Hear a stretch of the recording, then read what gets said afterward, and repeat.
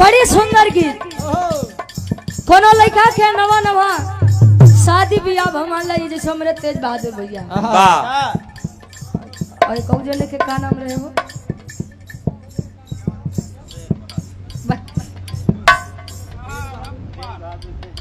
देखो दुल्हा समय में गर्मी के समय में जोने दुल्ही बेचारी के गवाना हो जाओ तो का करे जो तर हो जाए तर अच्छा ओकर करेजा काहे तर होई जब हैंड फैन लेके हो के तर अंग्रेज चला गए इनके छोड़ गए वाह हैंड फैन का मतलब बेना वाह ओके लोग कहाँ बेनिया वाह बेनिया अच्छा दुल्हिया के जब गवना आए तो कर दुल्हावा समझावे कि रानी हो जय दिन तक की समय बा जवानी बा तय दिन तक खेला खा जब बुढ़ौती आ जाई तो राम राम करे इनके बाद आई जीवन का सच्चाई बा लइके बा तो जवानी आई या जवानी बा तो बुढ़ौती आई क्यों बिना जवान भय बुढ़वा ना भाई ना ही होई दुल्हावा समझावत बा कैसे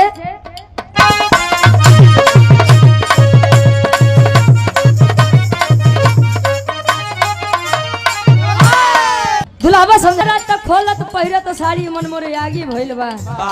ए राजा जी खोसत खोसत पले कमर में दागी भइल बा आजकल लड़की कहाँ साड़ी पहिरे के चाहते हो पहले के दुल्ही शादी बियाह हो जाता 8 साल 10 साल तक उनकर कोई चेहरा नहीं देख पावे लंबा घूंघट करे काहे बदे जाना थे उनका दांत बड़े बड़े होते रहे तो पे रहे जब ने देख न पाऊं तो लोग देखा ही जाते रहे वो संस्कार रहे पागल दुल्ही बतावे कैसे जुग जुग जियो पिया जी खुश कर दियो मोरा जिया जी सुगनियल बढ़ावल हमर लागत सेट कर दियो जी तले लई मेरा रू से केहू न जीतलवा मेरा रू से केहू न जीतलवा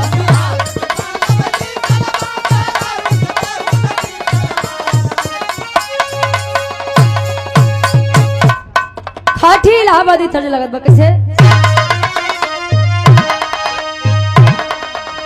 आए हाय अरे राम झकोरा मार झुलनी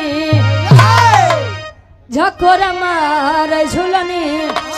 कहीं साड़ी लहराए हो झकोरा मार झुलनी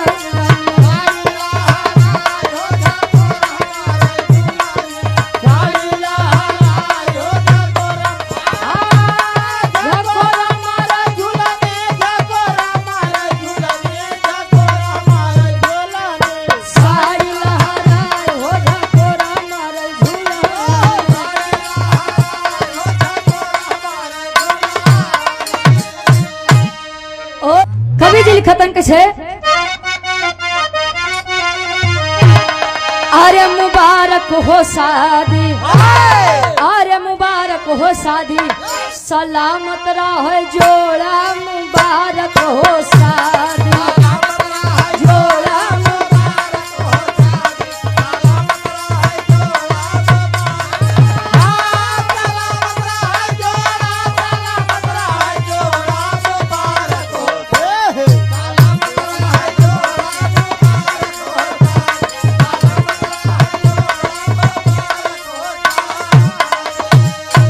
कहे मुबारक हो शादी सलामत रहे जोड़ा दोनों भाई और दोनों हमार भौजाई जवन नए जीवन के शुरुआत करे जाते हैं और बढ़िया से बीतो बहुत ही अच्छा से बीतो यह हमार दिली कामना बा काहे कि सभी साक्षी बन रहे हैं अंतरा के पहले अंताल में कवि जी लिखते हैं एक लड़की का सपना क्या होता है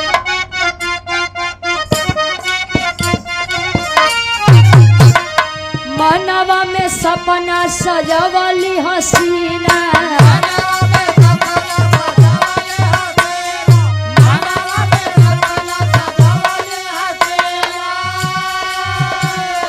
राम जैसे दुल्हा पाई गई करीना करीना राम जैसे दुल्हा पाई गई करीना अरे प्रभु ने बना के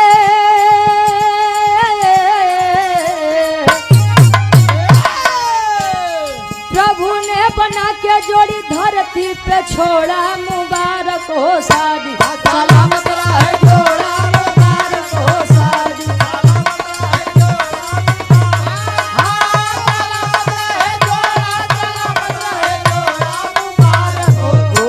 सलामत रहे जोड़ा मुबारक हो शादी।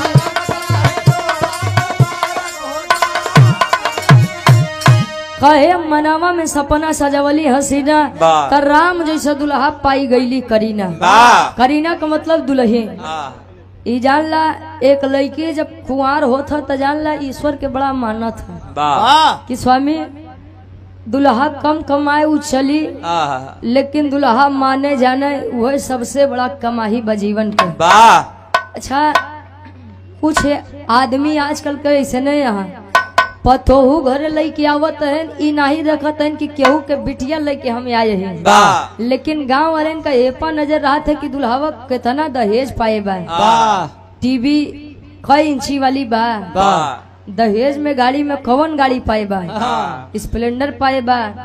कि हीरो होंडा पाए बा कि बुलेट पाए बा कि चारपहिया पाए बा। एक पिता अपने पुत्री का कन्यादान कर दे रहा है, अपनी पुत्री को खुद से अलग करके विश्वास की डोरी पर दूसरे के घर भेज रहा है। ये आदमी नहीं देखते हैं। और समाज में सभी लड़की के पिता हैं, लेकिन आदमी समझे के तैयार है। अंतरा के दूसरे अंताल में कवि जी लिखे कैसे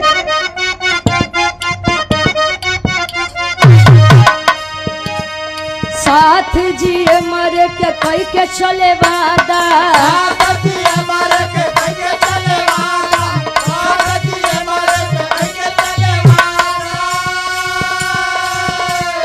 बंधन या टूट बानी भावे के इरादा,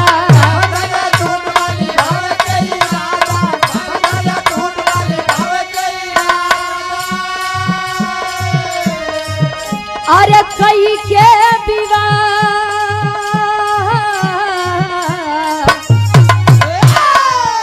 अरे कई के विवाह करने सबसे मुख मोड़ा मुबारक हो शादी सलामत रहे जोड़ा मुबारक हो शादी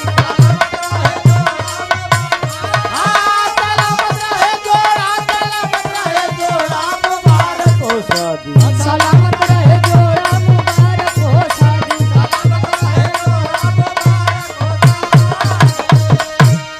आज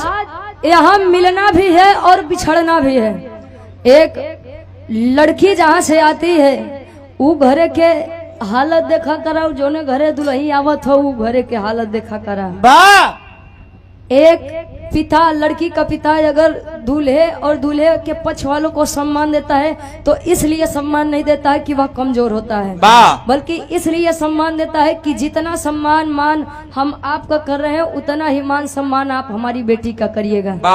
कोनो दामाद अपने ससुरारी में दो बात सुन ले तो वो ससुराल छोड़ देता है। हमारा ये ससुराल पे तो हम ऐसे ससुराल। अब मेहरारू सोचा जवन हर रोज कतो ऐसा होत बा, बेचारी हर रोज प्रताड़ित होत बा, फिर भी मान और सम्मान खातिर वो अपन ससुराल छोड़ के अपने नहीं हरे ना ही जात। ये बड़े मेहरारू अगर बनी रहा तो बिगाड़ दे, बिगड़ रहा तो बनाए दे। कहे तिरिया चरित्र दे वो न जाना। मेहरारू के चरित्र तो भगवानों नहीं समझ पाए, आप लोग तो बहरहाल इंसान है। फिर से इस मंच के माध्यम से ये मेरे भैया भौजी सबके बहुत बहुत बधाई। आखिरी में कवि जी लिखते हैं कैसे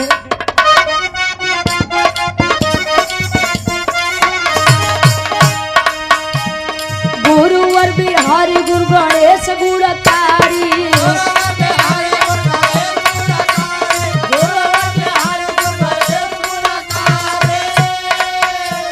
रामलाल चंद्रिका जी बनल पुजारी,